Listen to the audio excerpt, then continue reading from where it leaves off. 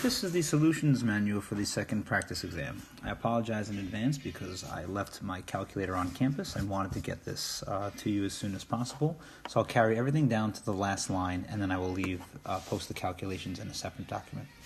Here we go. Number 1. A football player standing on a frictionless surface, 75 we give him his mass, and after the catch, what is the speed of both the player and the football? This is an inelastic collision. Okay, and so if we set P initial to be the mass of the football times the velocity of the football, and I'm going to put B for football so you don't confuse with final. P final is the mass of the player plus the mass of the football times velocity final of the system. If I set P initial equal to P final, then I get mass of football, V initial of football is equal to mass of person plus mass of football times V final of the system, where what we want to solve for is V final of the system. So V final of the system is simply mass of the football divided by the mass of the person plus the mass of the football times the velocity of the football. Number 2. What are the 4 conservation laws of physics? Well, those we know from class. This is conservation of mass, energy, momentum, and angular momentum. Problem 2.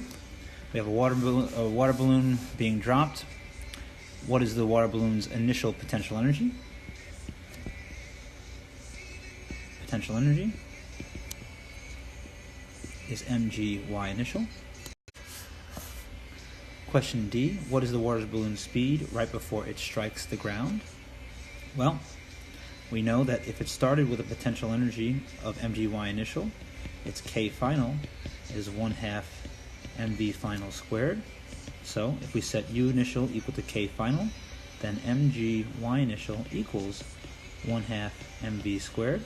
The masses cancel, and we solve this for V, so that V is equal to 2gy initial, whole thing square rooted. And I leave it to you to plug in those numbers. Number 3, a block of mass slides down an inclined plane at some angle. The block starts at a height of 9 meters and goes all the way down to the bottom. Find the work done by friction. So A, the work done by the force of friction is the force of friction multiplied by the distance. Now we have to be a little bit careful here, because if I do a sketch of this, right, and I call this delta x, namely our rotated coordinate system, and we know that it started with a y initial equal to 9 meters, and we know that this is 35, then we know that by our trigonometry, if we're given the opposite side, then the sine of 35 is equal to the opposite, which is your 9 meters, divided by delta x. So we can solve that and say that delta x is really 9 meters divided by sine 35. We're going to need that over here. The force of friction, as always, is mu k n times delta x, and for the normal force for a box on a ramp, we know is mu k mg cos theta times delta x, and if we plug in that delta x there, then what we get left with is mu k mg cos theta times 9 meters divided by sine theta. We plug those numbers into our calculator and we get it. For part B, the work done by gravity, well, the work done by gravity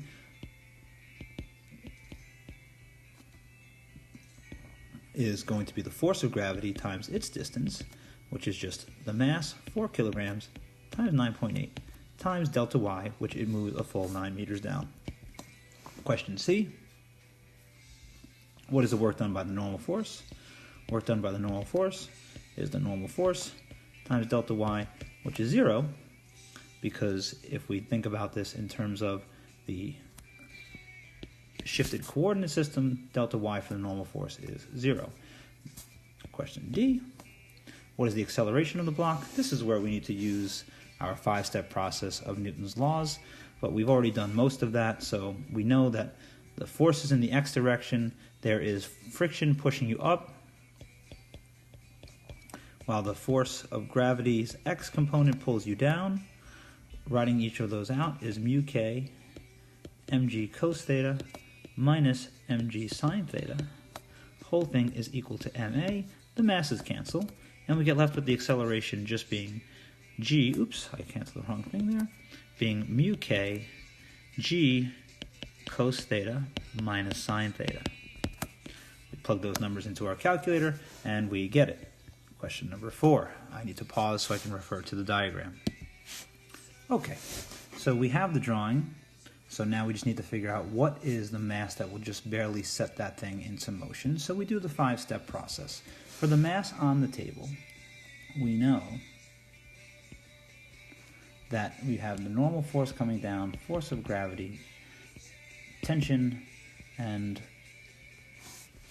let me just remind myself, and the force of friction pushing to the right. For the other block, we have the tension going up, and we have M2G pulling down. And we know that the tensions are going to be the same. So if we analyze then block 1, we get the following equation for T, for X. T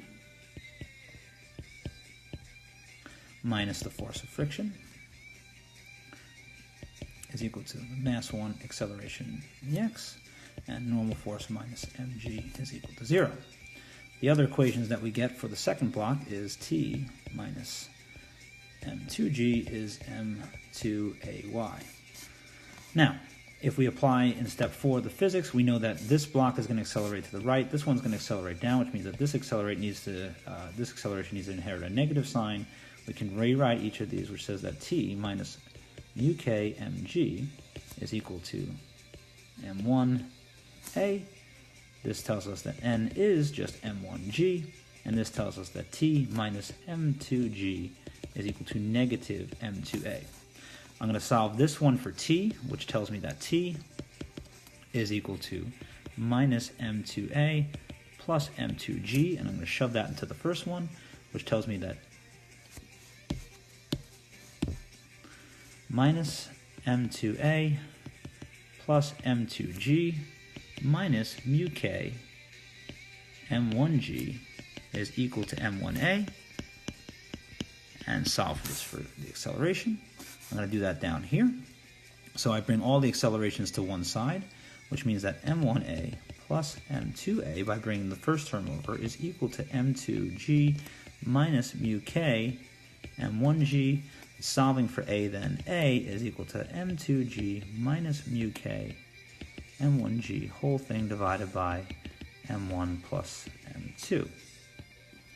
Now, everything I did is fine, except that doesn't really answer the problem. That will solve it for the second problem, okay?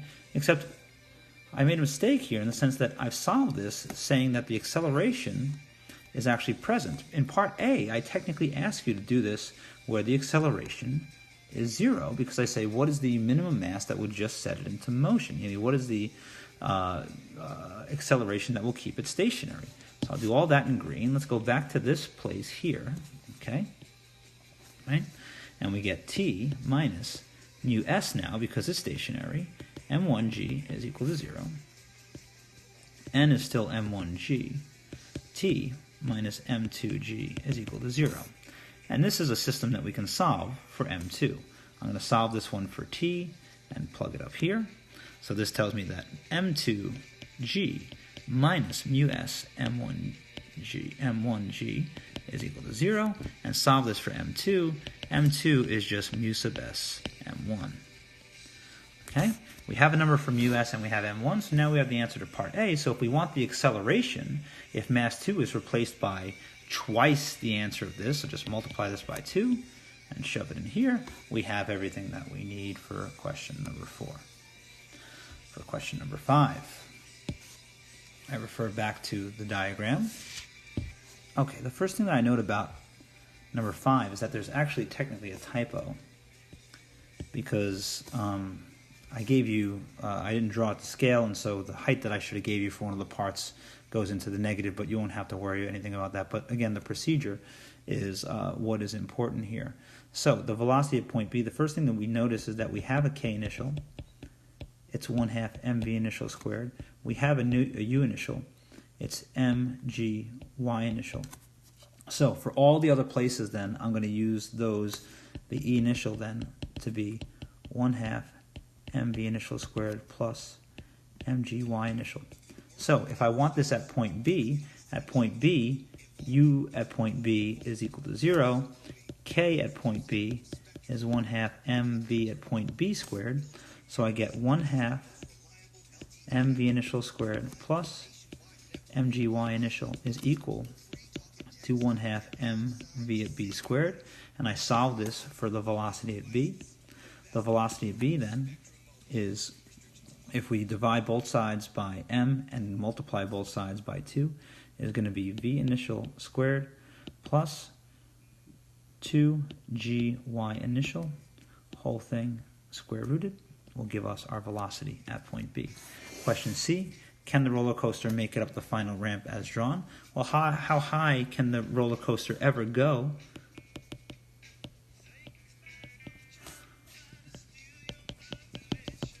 It would have no kinetic energy if it made it all the way to the top of wherever it's going to go.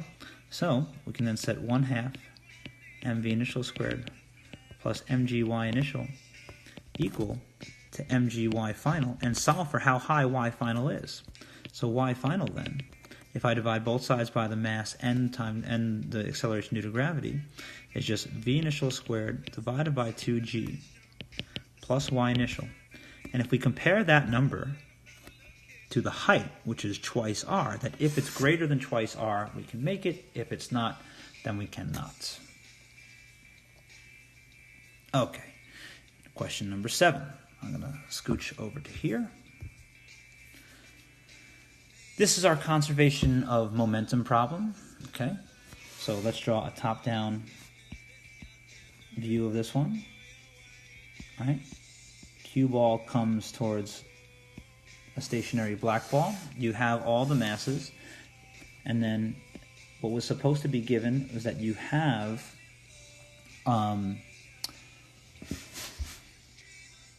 the final velocity of the cue ball as 0.2 meters per second. Okay?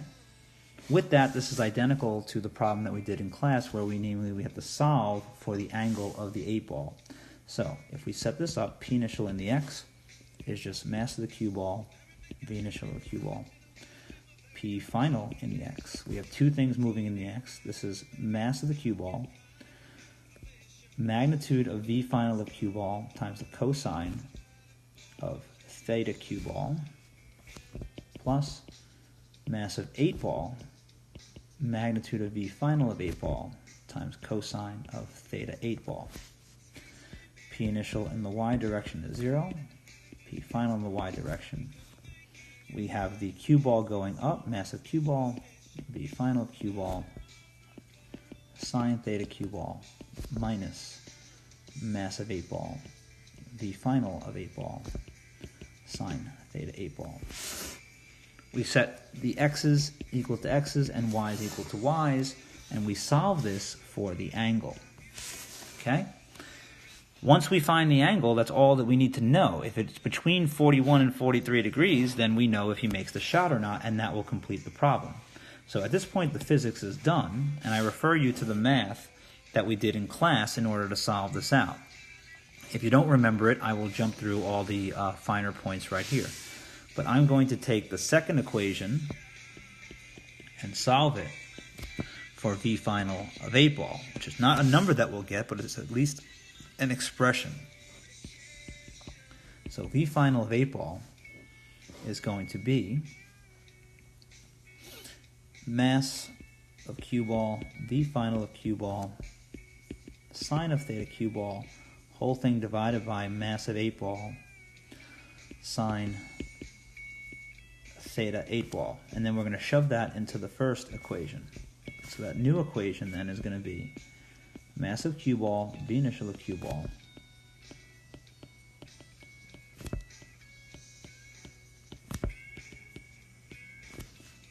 put the substitution in black.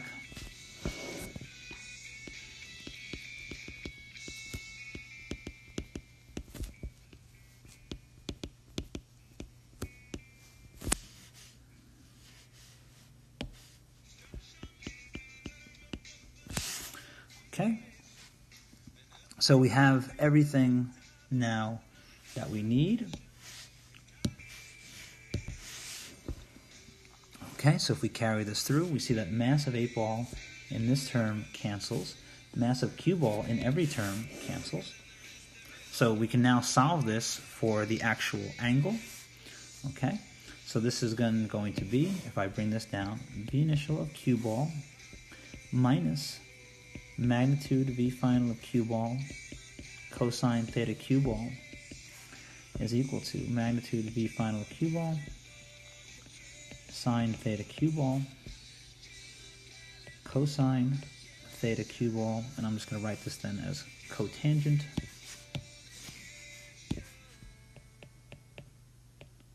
theta 8 ball. Okay, if I divide both sides by this thing here, then we get cotangent of theta 8 ball is equal to V initial of cue ball minus V final of cue ball cosine theta cue ball divided by V final cue ball sine theta cue ball, which is all stuff that we have numbers for. And so if I take 1 over the thing of both sides, then we see that the tangent of theta 8 ball is magnitude V final cue ball sine theta cue ball divided by V initial cue ball minus V final cue ball cosine theta cue ball. And we have it. Okay, so problem 8 is actually identical to one that we did in class. It's taken straight from the homework, but we're going to use the work energy theorem to say that work is equal to the change in kinetic energy. K final is going to be 0 if the package stops just at the top. K initial is how much speed we actually give the package. And the work that we have to overcome, the net work, well, what's happening here? We have friction and we have gravity pulling it down. So the net force that we have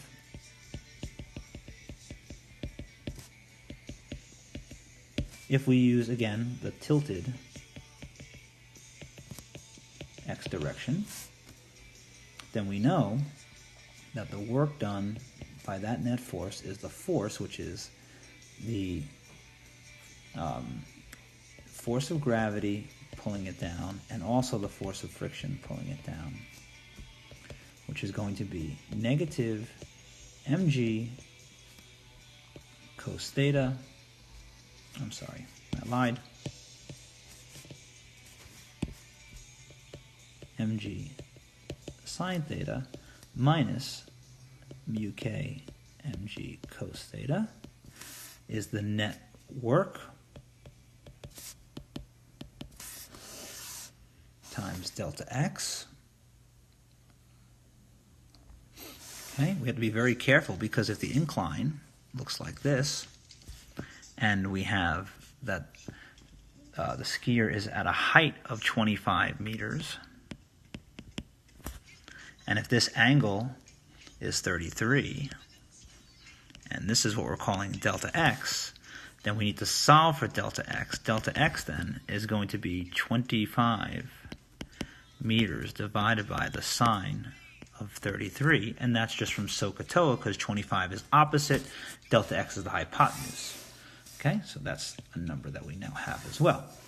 If we plug that into the work energy theorem, then what we're really saying then is that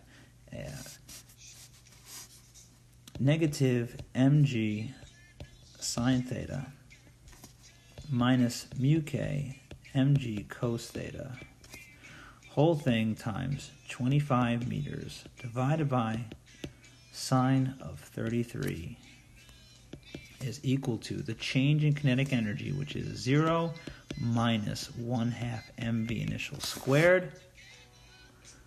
We can now solve this for v initial squared. We divide everything by m. The masses cancel, like per usual. We multiply by 2, and we take the square root, and we see that v initial then is 2 times g sine theta minus mu k g cos theta times 25 divided by the sine of 33, whole thing square rooted, and we have it. Last but not least is problem 9. Oh, don't know what happened there, but okay.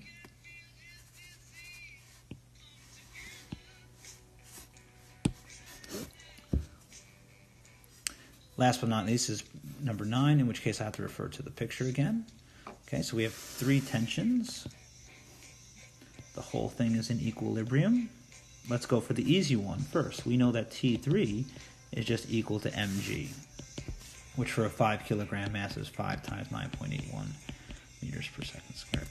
So we have T3 already. Now, if we draw the free body diagram around the pinch point, then we know that the free body diagram then looks like this. You have T2 going off like that, and T1 going off like that, T3 coming down like this, which means that all we have to do is break T2 into its x and y. Same thing for T1. So, for the sum of the forces in the x direction, we have T2's x going to the right, T1's x going to the left. The whole thing's going to be 0. For the y, we have T1's y going up. We have T2's y also going up. And we have T3 coming down is equal to 0. Let's see what those really look like. This is the magnitude of T2 times the cosine of 50, because this angle would always drop here by supplementary angles. And the same goes over on the other side. So this is T2 cos 50 minus magnitude T1 cos 30 is equal to 0. T1 sine 50 plus T2, I'm sorry,